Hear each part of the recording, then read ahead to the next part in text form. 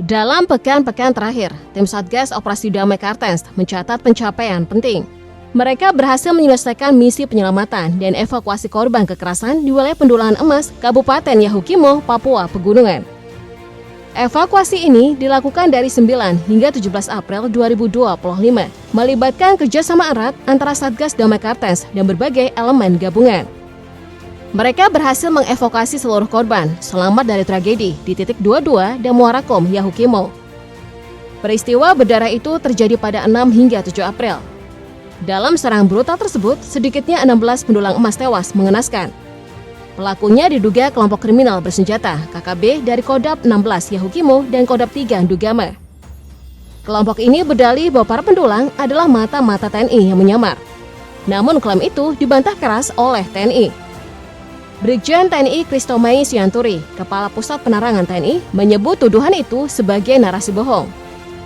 Menurutnya, KKB kerap memakai alasan seperti itu untuk mengaburkan fakta dan menghindari sorotan pelanggaran HAM.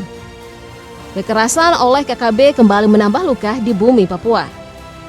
Tapi di tengah kegelapan, TNI dan Polri tetap memperkuat pengamanan demi rasa aman masyarakat. Pasukan khusus terus diberangkatkan ke daerah rawan. Contohnya pada 23 Maret 2025 lalu, 450 prajurit Batalion Infanteri 732 resmi diberangkatkan untuk menjaga perbatasan Indonesia Papua Nugini. Keberangkatan mereka dari dermaga utama Pelabuhan Ahmad Yani di Ternate, Maluku Utara diawali dengan upacara adat yang dipimpin Sultan Ternate, simbol dukungan budaya dan moral masyarakat. Pasukan Yonif 732 akan bertugas selama 9 bulan. Kehadiran mereka diharapkan memperkuat pengamanan yang telah dibangun oleh TNI Polri di lapangan. Di tengah dinamika yang tak mudah, operasi-operasi ini menunjukkan bahwa negara terus berupaya hadir, menjawab keresahan, menanggulangi ancaman, dan menjaga keamanan tanah Papua. Wilayah Papua telah lama menjadi medan tugas penuh resiko bagi banyak satuan militer Indonesia. Selain Yonif 732, beberapa unit elit lainnya juga turut ambil bagian dalam operasi penting yang melibatkan penyergapan, baku tembak, hingga misi penyelamatan yang tak mudah dilupakan.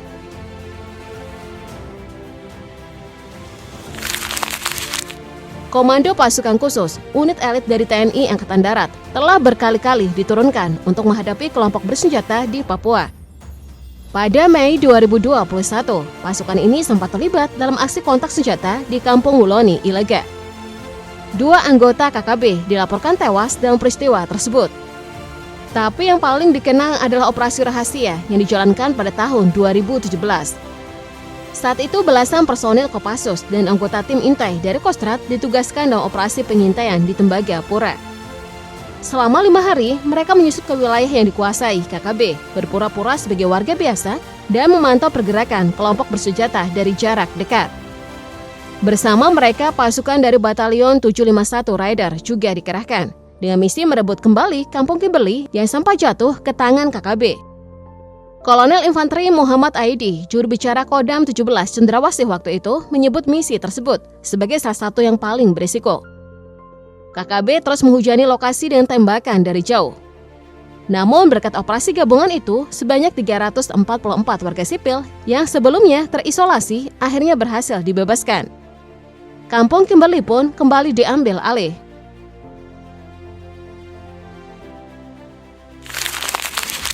Sementara dari jajaran Angkatan Udara, Satuan Komando Pasukan Gerak Cepat Kopasgat juga mengambil peran vital dalam menjaga keamanan di Papua. Pada Mei 2024, Komandan Wing Komando 1, Kolonel Pas Helmi Anange, mengumumkan pengiriman pasukan pengganti untuk memperkuat barisan pertahanan di wilayah perbatasan. Langkah ini diambil tidak hanya sebagai bagian dari rotasi rutin, tetapi juga untuk mengantisipasi peningkatan ancaman dari KKB, yang belakangan ini diketahui mulai bergabung dalam jaringan Organisasi Papua Merdeka, OPM. Sebanyak 400 personel Kopasgat, pasukan elit TNI Angkatan Udara, secara resmi dikirim ke Papua. Mereka adalah pasukan terlatih yang sebelumnya telah menjalani pelatihan intensif di Pusat Pendidikan dan Latihan Pasukan Khusus milik Kopassus di Batu Jajar, Bandung. Penempatan pasukan ini tidak sembarangan.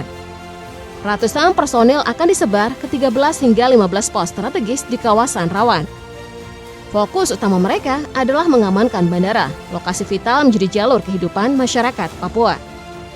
Langkah ini diambil setelah serangan kelompok bersenjata OPM pada 5 Mei 2024. Mereka menyerang warga sipil yang sedang beribadah di distrik Borme, Pegunungan Bintan. Dalam insiden itu, OPM merampas barang milik warga. Tenaga kesehatan Fadian Romansara kehilangan ponselnya saat berdoa. Sementara Kepala Puskesmas Borme, Andi Wisal, harus rela laptopnya dirampas. AKBP Bayu Susteno, selaku Kasatgas Humas Operasi Damai Kartens 2024, menyebutkan bahwa tindakan ini tidak hanya mengganggu ketenangan warga, tapi juga merupakan bentuk nyata teror terhadap pelayanan publik. Kehadiran Kopasgat di Papua bukanlah hal baru. Pasukan elit ini dikenal dengan kemampuan tempur serba bisa, terlatih di darat, laut, dan udara. Bahkan pada Januari 2023, mereka juga dikerahkan ke Sentani, Jayapura untuk pengamanan strategis. Salah satu titik krusial yang diamankan adalah bandara. Di Papua, bandara bukan sekedar gerbang masuk, tapi juga jalur logistik vital, mulai dari distribusi bantuan, suplai pokok, hingga evakuasi darat. Di medan yang sulit dijangkau, jalur udara jadi solusi utama. Dengan kekuatan dan mobilitas tinggi, Kopasgat diharapkan mampu menciptakan rasa aman yang lebih kuat, sekaligus menjaga infrastruktur udara Papua tetap berjalan optimal di tengah ancaman dari berbagai arah.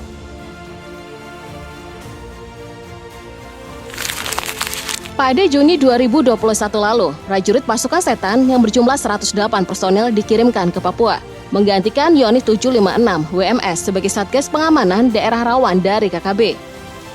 Sesaat setelah mereka tiba, para prajurit langsung menjalani berbagai pengecekan sambil menunggu pemberangkatan ke lokasi tugas di Kabupaten Asmat dan Mapi. Tujuan utama dikirimkannya pasukan ini adalah untuk mempertebal pengamanan serta menanggulangi pergerakan KKB yang semakin meningkat. Yonif 315 Garuda merupakan pasukan elit yang memiliki berbagai kemampuan dalam melaksanakan operasi militer perang. Selama menjalani pelatihan, pasukan setan dilatih agar mendapatkan beragam keahlian, seperti pematangan teknik menembak dan latihan taktik serta teknik pertempuran. Namun selain itu pula, Brigjen TNI Ahmad Fauzi menjelaskan bahwa pasukan Yonif 315 Garuda pun harus memiliki pendekatan kesejahteraan terhadap masyarakat. Di antaranya seperti mencari, mendekati, dan melayani masyarakat Papua yang membutuhkan pengobatan. Kemudian diharapkan dapat terlibat pula dalam meningkatkan kesejahteraan hidup dengan ketahanan pangan, cara bercocok tanam, pertanian, dan peternakan.